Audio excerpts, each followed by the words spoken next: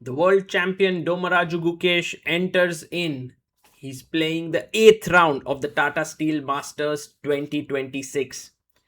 What started off as a fine event for Gukesh with 4 draws and 1 win has now reached a place where he lost 2 back-to-back games against Nodirbek Abdusattorov by making a huge blunder, and then Anish Giri, who outplayed him. And so for Gukesh, this will be an important game if he wants to come back. And if he wins this game, he'll be back to 50% score. His opponent is Vladimir Fedoseev. And Fedoseev has been in excellent form here. He has beaten Vincent Keimer, the top seed. He's beaten Arjun Erigaisi, the second seed. In the background, we see someone dressed in very interesting attire who's hit the gong and the game has begun. Fedoseev is not at the board yet. And Gukesh switches on his clock. 2 hours starts to tick down as he closes his eyes.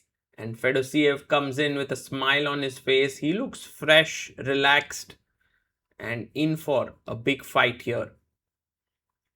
Fedosiev's major strength involve him being uncompromising, always wanting to fight, never wanting short draws. And these are some of the qualities that have made him a huge player in the world of chess. And he's able to hold his own against the best in the business. And let's see how he fares against the world champion himself here. Fedosiev takes a bit of time before his first move. We have Sven Nopes there, the organizer of Grenke Chess, who's looking on. And this, dear friends, is the ambit recap of the day. He opens the game with pawn to d4. Gukesh responds back with knight coming out to f6.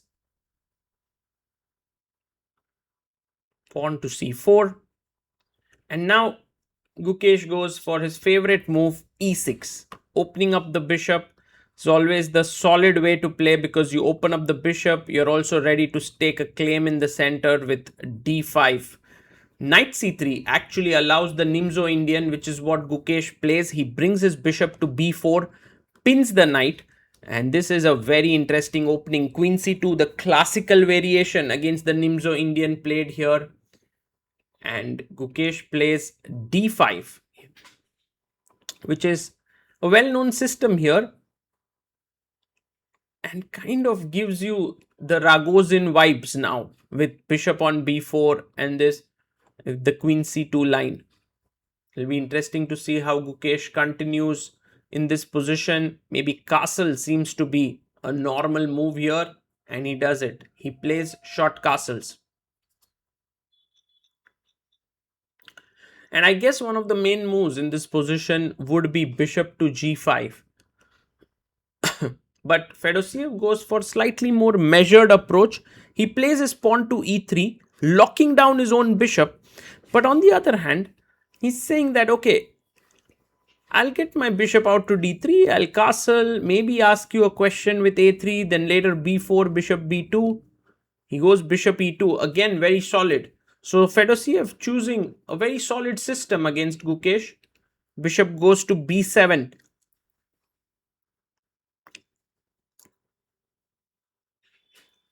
And now pawn takes pawn.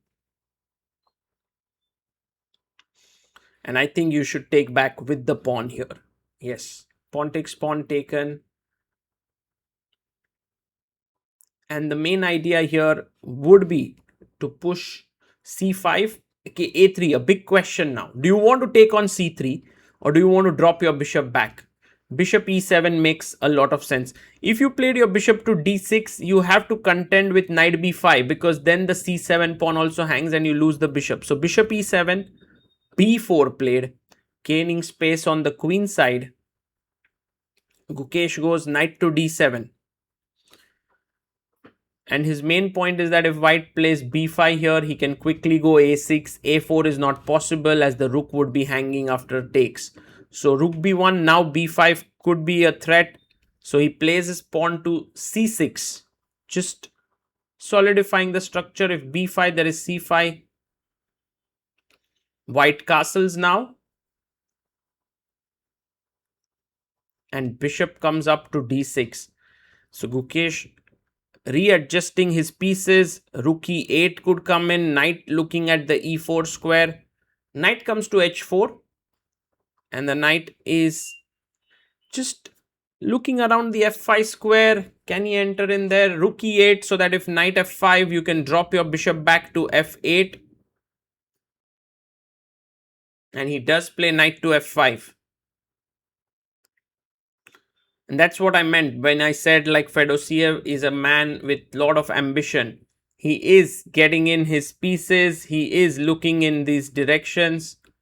Pawn to f3 played. And the idea is to expand in the center. So g6 is the move here. And the knight goes back to g3.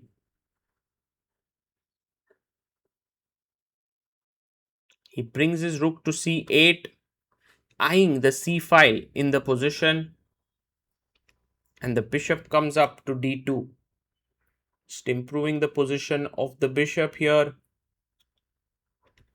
And bishop g7 played. So Gukesh nicely has brought his bishop to g7. And now Fedoseev says it's time for me to push my pawn to e4. He's threatening e5. And look at Gukesh's time. He has 1 hour 22 minutes. And he just zones in and finds the most amazing move after nearly 30 plus minutes of thought. He pushes c5. And the main point of this entire variation is that after pawn takes pawn,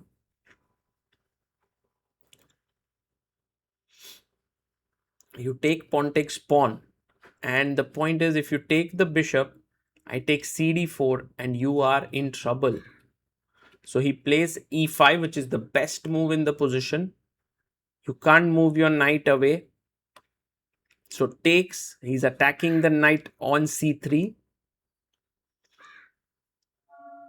And takes on f6. And I think logically you can take the knight on c3. He takes d takes c3 here. And after this, Fedoseev plays his bishop to c1. He asks a question to Gukesh that your bishop on b7 is hanging and also the one on g7. Gukesh says, I'm ready to give up a piece. And that piece I'm ready to give up because I have two pawns in the center. This is just phenomenal understanding shown here by Gukesh. He brings his knight to c5, attacking the rook. The rook comes back to b4. Now a very important move here by Fedoseev because in many variations you go d4. He pushes the knight away, rook away. But d4, d3, and after bishop d3, there's queen d4 check to win the bishop. So the rook protects it, but now the rook has to be moved away. And h5, another lovely move by Gukesh. He wants to kick the knight away from g3. It'll have to get even more passive. So even though he's materially down, what Gukesh is able to achieve here is that his pieces are really well placed. h4 played, and now the knight can go to f1, can go to h1. Both moves are possible here. He goes knight to h1, maybe wanting to get the knight to f2 and then control the d3 square. The knight comes back to e6, a very interesting move because I would have imagined him pushing the pawn, but Gukesh has something else in his mind. He wants to go knight to d4. Again, another amazing bit of calculation. Knight to d4. The moment you take on d4, he wants to not take back because that would mean that you are material down after knight f2. But actually, After rook d4, he wants to play queen b6. It's a wonderful move. And now the bishop attacks the rook. And if you try to defend it, but how? Like, let's say you play queen d3, there's already c2 coming. So he played king f1, but now bishop takes d4. So he gets back some material. Now white has two pieces for a rook. Pawn to a4 played, and the idea of Fedoseev is bishop b5 and bring the knight into the game when it would be protected by the queen. I love the move rook d8 because then bishop b5 no longer comes with a tempo, and he still plays bishop b5. By the way, a better move was bishop g5 here, developing this bishop, but bishop b5 played. And now the idea of Fedoseev is to get the knight into the game. But Gukesh has a very strong move at his disposal, and that is bishop e3. And that move, I think Gukesh is thinking about whether he should play it here. And he finds it, bishop e3. The main point being that if you take, I take, and if you take here on c3, I have rook d1 check, winning the material here. So bishop comes back to d3. Gukesh takes on c1. Queen takes c1 is met with queen b3 with the idea of c2 coming in.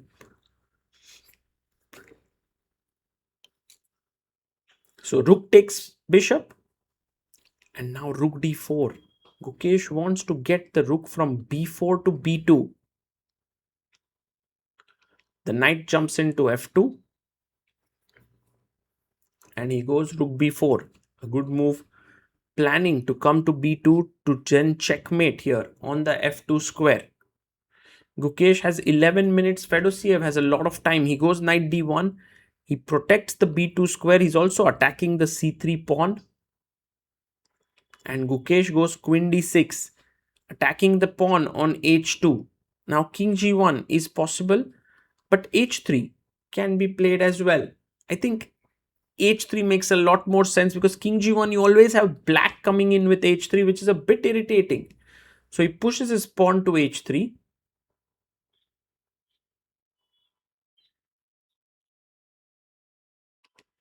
And now the king comes up to g7.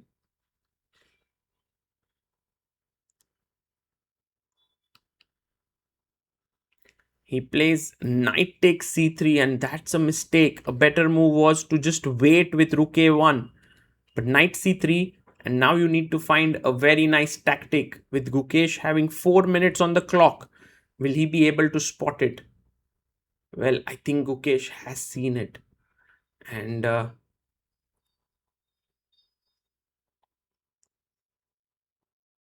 he's trying to think. And Fedoseev, well, if he manages to get away with this, he would be completely fine here as he got a very important pawn. But rook b3, what a move. And look at the shock on the face.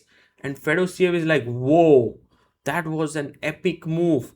Because if queen takes b3, there's queen d3 check followed by the rook falling. So he goes queen d2 just to show you. Check if king f2, queen d2. If king g1, queen e3. If king e1, rook e8. So he goes queen d2, queen comes to b4, and now the knight is hanging. If you move the knight, the queen is hanging. He takes on g6, hoping for some form of check and, hoping against hope. But I think Gukesh is not going to fall into any of these tricks, even though this is the 40th move. He just takes rook takes c3,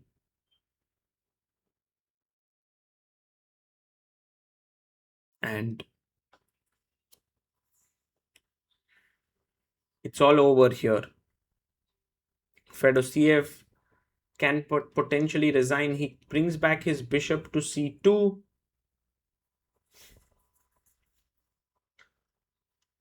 And well, Gukesh can play rook takes f3 check and get the queen here. But Fedoseev is like, I'm not going to let you. make your winning move there, and he resigns. And you can see how both of them very interested to analyze with each other here. They almost analyzed for close to 10 minutes with many interesting points. But I think a very powerful game here by Gukesh, finding the move c5, finding the move cd4, dc3, giving up a piece, having those central pawns, then maybe finding this maneuver with the knight e6 to d4, and then eventually the rook maneuver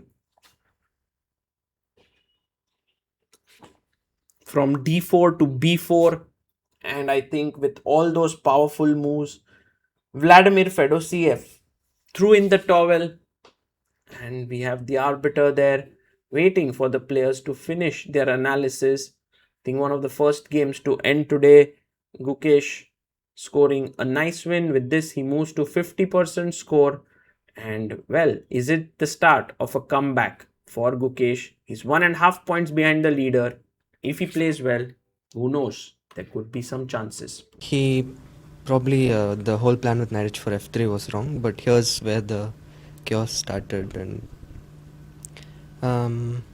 so basically, like, I mean, I have to stop the center advance. So because of his knight on g3 and like bad coordination, I thought c5 has to work somehow, and managed to sack a piece. I think bishop e1 was better, so that he could have bishop f2 and kind of consolidate. I still should be better, but I don't exactly know how. But after bishop c1, I luckily had this nice resource, like push the rook to b5 and then h5 to dislodge the knight. And if he goes to f1, d4, the knight is like basically dead. Yeah. So he wanted it on f2, so he played knight h1. But I found this cool trick, which I was very happy to see. That I can just go queen b6 and collect the rook. And the best part is that the knight does not get out. Does it bring you some kind of joy over the board when you see these nice patterns and ideas and tactics? Yeah, for sure, because these kind of games of the knight on h1 and like the sacrificing the knight and queen pinning on b6, it's rare. Yeah, so artistically it's really enjoyable. And yeah, he put up some resistance, but yeah, the final moment was a bit funny. So he played bishop c2 and then he resigned. I was trying to calculate queen c4 and then I realized there's rook f3.